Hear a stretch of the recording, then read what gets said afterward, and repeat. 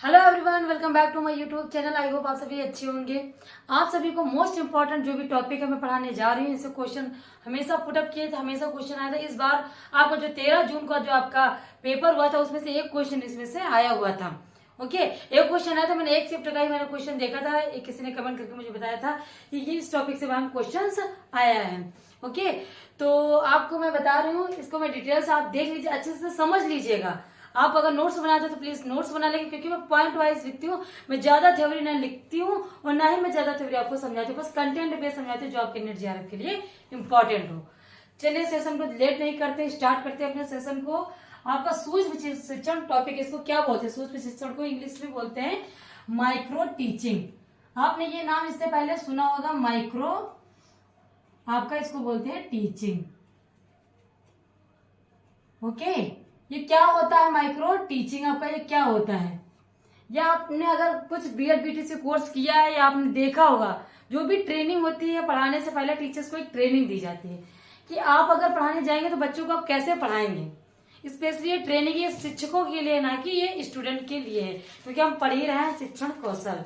Okay, शिक्षण के अंतर्गत ही हम पढ़ रहे हैं। तो टीचर क्या होता है, आपने देखा होगा, एक रूम होता है, क्लासरूम होता है, उसमें जिसको पढ़ाना होता है, जो ट्रेनिंग कर रहा होता है, वो ब्लैक बोर्ड के सामने खड़ा होता है, अपना सब लिखता है। टीचर्स आपके बेंच पे सबसे लास्ट पे बैठे हुए होते हैं, वो देख रहे होते हैं कि आप कैसा पढ़ा रहे हो, आप किस स्किल का यूज कर रहे हो। इसमें 5 से 10 मिनट्स का आपको टाइम मिलता है, आपको उसमें अपने स्किल का दिखाना कि आप कैसे पढ़ा लेते हो। उसके बाद टीचर आपकी पुष्टि करते हैं, उसके बाद लिखते हैं आपने कैसा पढ़ाया, क्या कमियां रहेगी, आपको इसमें क्या सुधार करने की आवश्यकता है, किस स्किल के अकॉर्डिंग आप बच्चों को अच्छा समझा सकते हो, बेहतर कर सकते हो, कितना अच्छा आप बना सकते हो, बता सकते हो चीजों को, आपने कितने कौशल अपने यूज किए हैं। ओके, तो उसमें दिखता है टीचर, ये टीचर्स के लिए ही बनाया गया सूक्ष्म शिक्षण। अब इसमें देख लीजिए कुछ पॉइंट्स है जो कि इंपॉर्टेंट है एग्जाम की दृष्टि से। तो सूक्ष्म शिक्षण की शुरुआत कब हुई थी? ये सूक्ष्म शिक्षण आया कहाँ से? तो 1907 में आपका आया था अमेरिका के स्टैनफोर्ड विश्वविद्यालय से, यूनिवर्सिटी से, स्टैनफोर्ड यूनिवर्सिटी से आपकी इसकी शुरुआत हुई थी। इसकी शुरुआत का श्रेय वीर एचिसन और बुश और DW एलन को माना जाता है। किसको माना जाता है? वीर एचिसन, बुश और DW एलन, जिसमें से एलन साहब आपके हैं, उसको इन्हीं को सूक्ष्म शिक्षण का जन्मदाता माना जाता है। आप देख लीजिए 1863 में पहली बार एलन ने सूक्ष्म शिक्षण शब्द का प्रयोग किया, इसलिए कई विद्वान उनको सूक्ष्म शिक्षण का जनक भी मानते हैं। किसको मानते हैं? एलन को। एलन जी हैं आपके सूक्ष्म शिक्षण के जन्मदाता हैं। भारत में पहली बार सूक्ष्म शिक्षण का श्रेय प्रोफेसर DD तिवारी को जाता है। इसके बाद VK पासी और प्रोफेसर शाह ने उल्लेखनीय कार्य इसमें किए हैं। भारत में सूक्ष्म शिक्षण का प्रतिमान जो लिया गया हमारे इंडिया में, सूक्ष्म शिक्षण का जो प्रतिमान है वो NCERT द्वारा तैयार किया जाता है। जो हमारी NCERT वो हमारा प्रतिमान तैयार। आप इसके लिए डेफिनेशन, सूक्ष्म शिक्षण की परिभाषा है, इसकी मोस्ट 2 इंपॉर्टेंट आपकी डेफिनेशन है जो मैंने आपको ब्लैक बोर्ड पे दिखा दिया है।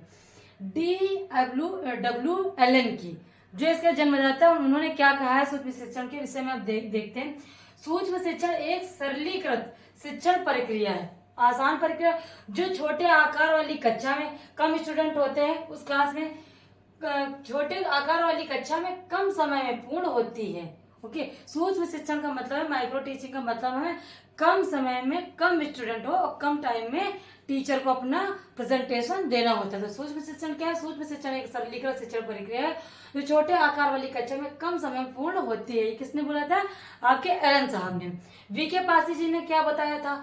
सूक्ष्म शिक्षण एक प्रशिक्षण विधि है, एक टीचर्स की ट्रेनिंग है, ठीक है, प्रशिक्षण विधि है, जिसमें छात्राध्यापक किसी एक शिक्षण कौशल का प्रयोग करते हुए थोड़ी अवधि में छोटे छात्र समूह को कई एक संप्रत्यय पढ़ाता है। ठीक है, तो कम समय में इन्होंने भी वही बात बोली है, लेकिन इन्होंने कुछ थोड़ा सा इसको डिटेल में डिस्क्राइब किया है। छात्राध्यापक किसी एक शिक्षण कौशल का, किसी एक कौशल का प्रयोग करता है, क्योंकि टाइम कम है तो कितने कौशल आप यूज कर सकते हैं? ज्यादा से ज्यादा 2 कौशल का यूज कर सकते हैं, इससे ज्यादा आप नहीं कर सकते। तो कैसे पढ़ाते हैं ये इन्होंने बताया था, कम टाइम में छोटे से समूह में उनको पढ़ाना होता है। अब इसके देख ले प्रमुख बिंदु क्या, सूक्ष्म शिक्षण के क्या बिंदु है, ये है क्या, अब इसको देख लेते हैं। सूक्ष्म शिक्षण एक शिक्षक प्रशिक्षक विधि है। इससे पहले मैंने बता दिया, बार बार मैं आपको बता रही हूँ, ये शिक्षक प्रशिक्षक विधि है। इसमें शिक्षकों को निर्धारित कम समय में कोई एक शिक्षण कौशल का प्रशिक्षण दिया जाता है। इसमें तुरंत प्रतिपुष्टि दी जाती है। टीचर बता देता है कि आपने कैसा पढ़ाया है। 10 मिनट का टाइम है, उसके बाद आप टीचर आपको बताते हैं क्या क्या कमी है क्या क्या नहीं है। प्रतिपुष्टि मिल जा सकती है। मानवीय पक्षपात से बचने के लिए इसका उपाय भी क्या है? मानवीय पक्षपात से बचने के लिए डिजिटल तकनीक का सहारा लिया जा सकता है तथा खुद शिक्षक अपनी प्रतिपुष्टि देने का अवसर दिया जाता है। उसको अपनी प्रतिपुष्टि देने का अवसर दिया जाता है। ओके, आप स्क्रीनशॉट ले रहे हैं तो आप स्क्रीनशॉट ले लीजिए। मोस्ट इंपोर्टेंट ये थ्योरी है।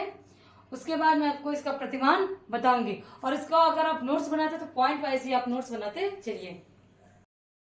माइक्रो टीचिंग के आपके क्या सिद्धांत हैं? ठीक है, आपके ये 5 सिद्धांत है। आप ये देख लीजिए कि कौन कौन सा सिद्धांत नहीं करके पूछेगा, तो इसमें से कौन सा सिद्धांत नहीं आपको वो अच्छे से याद रखना है। सूक्ष्म शिक्षण के सिद्धांत या वास्तविक शिक्षण है। कौन सा ये शिक्षण है आपका? तो ये वास्तविक शिक्षण है। इसमें शिक्षण की जटिलताओं को कम कर दिया जाता है। ये माइक्रो टीचिंग क्यों अपनाई जाती है, क्यों बनाई है? क्योंकि जो इसमें के शिक्षण की जटिलता है उसको कम किया जा सके। एक समय में किसी एक कौशल पर ही ध्यान दिया जा सकता है। इसमें अभ्यास प्रक्रिया पर ज्यादा नियंत्रण संभव है। इसमें परिणाम प्राप्ति तथा प्रतिपुष्टि तुरंत संभव है। फीडबैक तुरंत मिल जाता है। प्रतिपुष्टि का मतलब होता है फीडबैक मिलना। ओके, और सूक्ष्म शिक्षण का चक्र जितना भी मैंने शॉर्ट में बनाया सारा मोस्ट इंपॉर्टेंट है।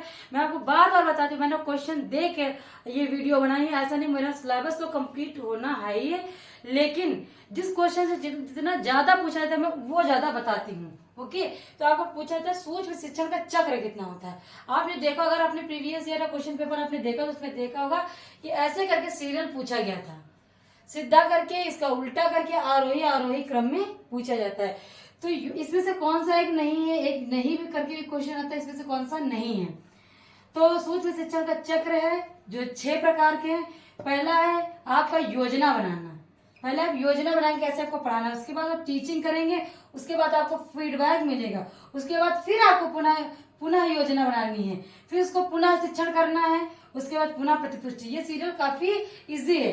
अगर आपके माइंड में एक बार क्लिक करता तो आपका इसका सीरियल सही से लगा लेंगे। आपके इसके बाद सूक्ष्म शिक्षण का एनसीईआरटी ने क्या मानक रखा है? एनसीईआरटी का क्या मानक है शिक्षण का, माइक्रो टीचिंग का? तो इनका पहले शिक्षण जो होगा आपका 6 मिनट का, ठीक है, 6 मिनट का। प्रतिपुष्टि है आपकी 6 मिनट की। पुनः योजना आपका 12 मिनट का। पुनः शिक्षण आपका 6 मिनट का और पुनः प्रतिपुष्टि आपकी 6 मिनट का। यह मोस्ट इंपॉर्टेंट है आपके एग्जाम की दृष्टि से। ओके, आप अदर भी कोई कॉम्पिटिटिव एग्जाम देते हैं और तो उसमें माइक्रो टीचिंग होगा तो यही क्वेश्चंस बार बार रिपीट होते हैं। एनसीईआरटी का मानक क्या? एनसीईआरटी अगर उसमें नहीं देता तो ये मानक दे देगा, आपको इसको सही करके लिखना होगा। शिक्षण, प्रतिपुष्टि, पुनर्योजना, पुनर्शिक्षण, प्रतिपुष्टि, इसके 6 चक्र हैं। लेकिन एनसीईआरटी का मानक कितना? 5 मानक है, इसके 5 मानक है। कितने कितने मिनट के? सिर्फ 12 मिनट का आपका पुनर्योजना, ठीक है, और बाकी 6 मिनट के टोटलिंग करके आपका 36 मिनट का है। एनसीईआरटी का जो मानक है वो 36 मिनट की क्लास होती है। ओके, कितना टोटल मानक है? 36 मिनट। आप देख लीजिए 36 मिनट आपका इसमें लिखा हुआ है। 36 मिनट पूरा योग है। शिक्षण, प्रतिपुष्टि, पुनर्योजना, पुनः शिक्षण, पुनः प्रतिपुष्टि, जितना एग्जाम की दृष्टि से इंपॉर्टेंट मैंने वो करा दिए। इसके बाद मैं आपको करवाऊंगी आपका बचा हुआ इस यूनिट में मापन, मूल्यांकन और श्रव्य दृश्य साधन शिक्षण के, और आपका बचा हुआ है ऑफलाइन बनाम आपका ऑनलाइन। बस ये 3 है। इसमें से जो भी मोस्ट इंपोर्टेंट थ्योरी है मैं वो पढ़ाऊंगी। ऐसे तो ढेर सारा इसका सिलेबस है, आपको मोस्ट इंपोर्टेंट थ्योरी पढ़ाऊंगी। ओके, तो आपको सेशन अच्छा लगा तो प्लीज लाइक और कमेंट जरूर करिएगा। आप चैनल को सब्सक्राइब कर आप मेरी सारी वीडियो को वॉच करिएगा। नेट JRF आपको क्लियर करना है तो प्लीज चैनल को सब्सक्राइब जरूर करिएगा।